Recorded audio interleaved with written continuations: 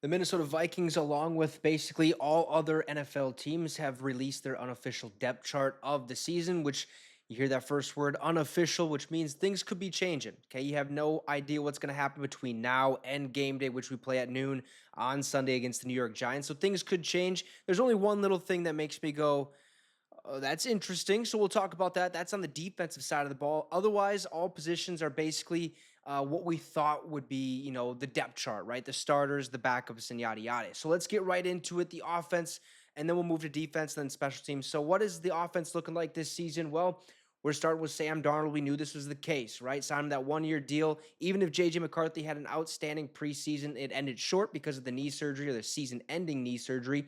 We already knew Sam Darnold was going to be the starter unless you were other people that thought otherwise. But backups Nick Mullins and Brett Rippon, which still very confused about that decision, played on the Bears for the Bears this preseason. Didn't see much time over there. I thought it'd be smarter to keep Jaron Hall. He's been in the system for a couple of years now. Made no sense, but that is the starters and backups for quarterbacks. Running backs. We have Aaron Jones, senior, because he does have a kid who is also named Aaron Jones as well. But he's our starting running back. That was going to be the case all along. Okay, there's a reason we, signed him this offseason. His backup will be Ty Chandler, who's had a phenomenal couple seasons here in Minnesota. I've really liked what I've seen out of him, so I'm glad that he made the roster, and he's our backup. So starting fullback is C.J. Ham. Not much to be said there. Wide receivers, again, not much to be said here as well. Justin Jefferson, obviously the number one receiver, in my opinion, in the National Football League. You could put Devontae Adams up there with the route running and stuff.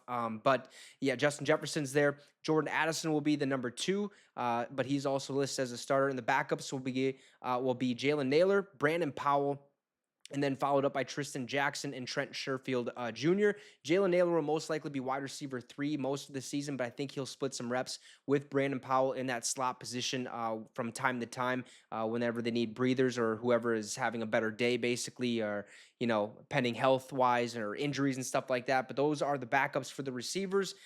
For the tight ends, starter, being that TJ Hawkinson is on the PUP list, the physically unable to perform list.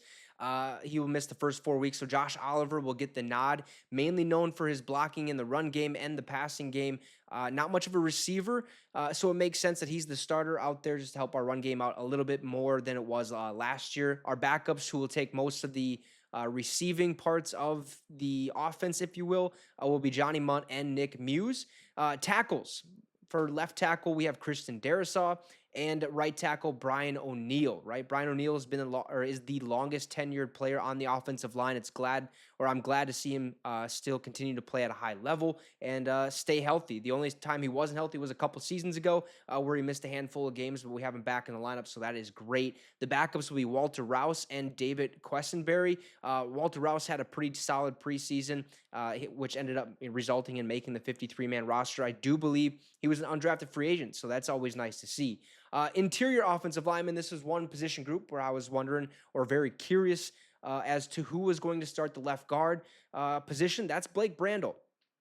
That is probably going to change at some point. I don't really see him as a top tier offensive lineman. I see him as more of a backup, a depth piece, if you will. So I could see that position changing, especially when Dalton Reisner comes back from his injury. He's been dealing with that back injury for quite some time now, basically the entire offseason, the training camp portion, all that stuff. So Blake Brandel's our starting left guard. At right guard, we have Ed Ingram, has some struggles. Hopefully he can show more consistency this season, less penalties. And then center Garrett Bradbury. Our backups are Michael Jurgens and Dan Feeney. Now, Jurgens could take over that left guard position if Blake Brandel doesn't perform how we think or how we hope he's going to perform the first 4 weeks. But until then, it's going to be Blake Brandel's job. Moving over to the defense. All right, this is where things get a little interesting. We'll start with the outside linebackers. Okay, the starters, Jonathan Grenard and Andrew Van Ginkel. Our backups, well, Patrick Jones II. I already kind of knew that was going to be the case. And Dallas Turner and Jihad Ward. So the name right there that makes this, that popped out to me, and I was like, wow, he's not starting, is Dallas Turner. Right, I think he is a defensive rookie of the year candidate. He showed out in preseason. Granted, yeah, it is preseason, so you can't overlook that. But you drafted him 17th overall in the first round for a reason. You get rid of Daniil Hunter, you add Jonathan Grenard. So Jonathan Grenard automatically gets the starting position. He's a stud.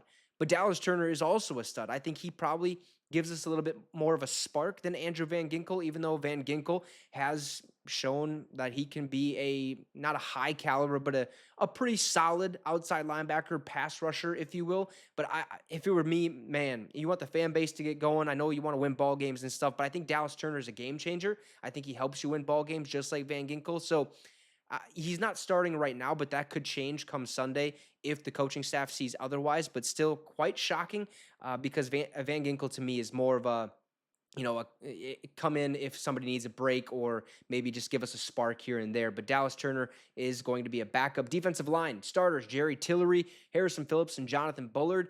Not looking great there, in my opinion. That was one position group that I knew was going to be the worst, other than corner, okay? The defensive back room, it just doesn't look good. Harrison Phillips is by far like way better than Jerry Tillery and Jonathan Bullard. Backups will be Levi Drake Rodriguez, who has had a phenomenal preseason, drafted 7th round, a lot of upside. The coaching staff loves him, and he was just flying around making plays. So we might see some Levi Drake Rodriguez at some point this season. Who knows if it'll be week 1, week 2, whenever it is, he's going to see the field. And then Taki Taimani and Jalen Redmond are also the backups. The inside linebackers, starters, Blake Cashman and Ivan Pace Jr. Blake Cashman, a Minnesota native, I believe out of Eden Prairie, played for the Gophers, ends up going to play for the Jets to start his career, finds his way finally over to the Minnesota Vikings after, I believe, a short stint with the Houston Texans. But those were, gimmies. Those, you already knew that was going to be the case in the inside linebacker room, where it was going to be Blake Cashman and Ivan Pace Jr. Corners.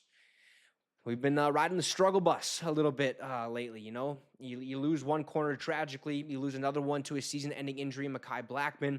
But we made some additions, and we found our starters. The 2 top guys that will be starting for the Vikings are Stephon Gilmore, who was just added recently last week, I believe, or 2 weeks ago, and Byron Murphy Jr. We already knew that was going to be the case at that position. The backups will be Shaq Griffin and Fabian Moreau, followed by Caleb Evans and Dwight McGlothern. Caleb Evans kind of fell off a little bit at the end of last season. I thought he did okay, enough to at least earn, the cornerback 3 position, if you will, or maybe play some nickel. But again, the coaching staff sees different. Dwight McGlothern, I do believe, is also another undrafted free agent, so we might see some playing time out of him as well. Safeties, another gimme. Harrison Smith, Cam Bynum. Not much to be said there, with the backup being Joshua Metellus and Theo Jackson, and then Jay Ward. Switching over to the special teams, kicker Will Reichard wins the job. He had no competition. He was nailing them. Just hopefully, let's hope for the best, okay? Because we've had some kicking woes, especially the Gophers missing a game-winning kick against North Carolina. That was, terrible to see. And then Ryan Wright will be our punter. And then we have the long snapper, Andrew DePaula. Already knew that was going to be the case. Kickoff returners. Remember, Kene Wongwu was on the team. Really unsure of why we let go of him, but the coaching staff said, hey, we have somebody else that could be, probably a better threat in the kick returning game. That's Ty Chandler. Okay, he's going to be the kickoff returner for us, and then he will be backed up by Brandon Powell. I'm sure both of them will be back there receiving kicks at the exact same time. And then punt returners will be Brandon Powell to start, and Jalen Naylor if we need to bring him in from time to time, pending on who's going to get more playing time at the wide receiver position. Obviously, I think that's the way it would go. But that is our unofficial depth chart heading into week 1. Things could change come Sunday when we take on the New York Giants at noon. I'm pumped up for it. Football is officially back. We have a game in just 2 days. 2 days until the NFL kicks off. And boy, I'm excited. I want to hear from you guys. Let me know about your thoughts in the comment section of this unofficial depth chart. What shocked you the most? Is it Dallas Turner or is it some other position? Also, drop a like and subscribe to the channel. It'd be much, much appreciated. Have a great rest of the night, folks. And Skol Vikes.